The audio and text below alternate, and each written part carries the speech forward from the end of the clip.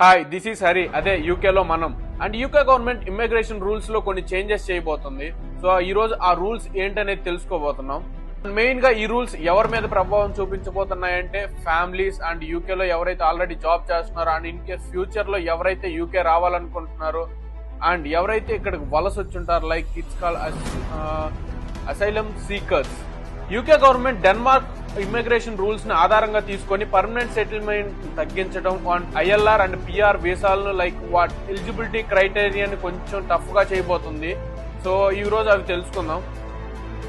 ఈ వీడియోలో మనం ముఖ్యంగా temporary stay for refuses and asylum seekers, strict family and reunion requirements, changes to deportation and removal process and proposed 10-year requirement for indefinite leave to remain ILR and ఈ 4 విషయాలు తెలుసుకోబోతున్నాం.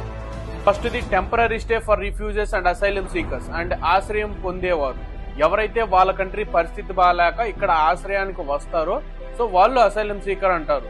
So వాళ్ళకి ఏంటంటే ఇంకా ఆటోమేటిక్ గా permanent పిఆర్లు రావు ఇక. So దాని ఏంటంటే వాళ్ళకి ఏదైనా టెంపరరీ రెసిడెన్సే ఇస్తారు. సో ఎప్పటికైనా పర్మనెంట్ అనేది రాదు. ఇంతకు ముందు ఏంటంటే అలా వలస వచ్చిన వాళ్ళకి సో ఇలా 5 years ఇలా ఉన్నప్పుడు సో వాళ్ళకి ఐఎల్ఆర్ అండ్ పిఆర్ ఇస్తారు. సో ఇక నుంచి అది ఉండదు. అలా కంట్రీ పరిస్థితి కానీ మళ్ళీ కానీ కరెక్ట్ గా అంతా బాగుంటే సో వాళ్ళ కంట్రీస్ కి రిటర్న్ కూడా పంపే ఛాన్సెస్ ఎక్కువ ఉన్నాయి. సో అలా వచ్చిన వాళ్ళకి ఏంటంటే సేఫ్ సెటిల్మెంట్ ఛాన్సెస్ అనేది చాలా తక్కువ ఉంటాయి. Second one strict family reunion requirements. So ఇది ఎలా అంటే బేసిక్ గా ఏజ్ 24 ఉండాలి. సో అండ్ వన్ ఫైనాన్షియల్ గా ప్రూవ్ చేసుకోవాలి. లైక్ యూకే వచ్చిన తర్వాత సర్వైవ్ అవ్వడానికి ఫైనాన్షియల్ గా చూపించుకోవాలి and plus English high level language ఉండాలి.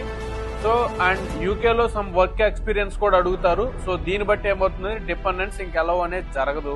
సో యూకే వర్క్ ఎక్స్పీరియన్స్ అంటే so it's too hard. So దీన్ని బట్టి ఏం అర్థం అవుతుందంటే ఆటోమేటిక్ గా డిపెండెంట్ వీసాలు అనేవి ఇంకా ఉండవనే అర్థం. Third one changes to deportation and removal processes. And ఇది ఎలాగంటే ఇక్కడ నుంచి ఎవరి మీదన్నా సో చిన్న క్రిమినల్ కేసెస్ ఫైల్ అయినా అండ్ చిన్న లీగల్ ఇష్యూస్ ఉన్నా సో ఇక మీద ఫ్యూచర్ లో వాళ్ళ మీద కూడా డిపోర్టేషన్ ప్రాబ్లం రైజ్ అవుతుంది.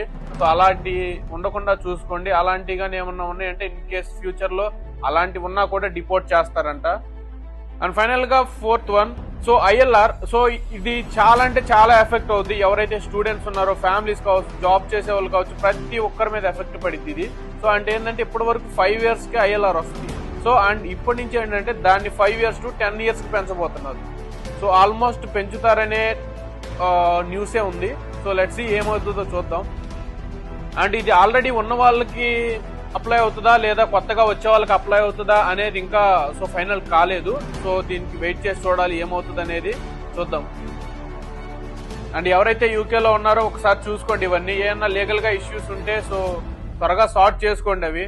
సో చేంజెస్ అయితే చాలా జరుగుతున్నాయి అండ్ ఈ మంత్ ఎండ్ కి ఇంకా చాలా చేంజెస్ జరిగిపోతున్నాయి. అండ్ ఇమ్మిగ్రేషన్ రూల్స్ మాత్రం చాలా స్ట్రిక్ట్ చేయబోతున్నారు. సో అండ్ నెక్స్ట్ వీడియోలో సో కొన్ని ఫైనల్ డెసిషన్స్ వస్తాయి. నెక్స్ట్ వీడియోలో కలుద్దాం.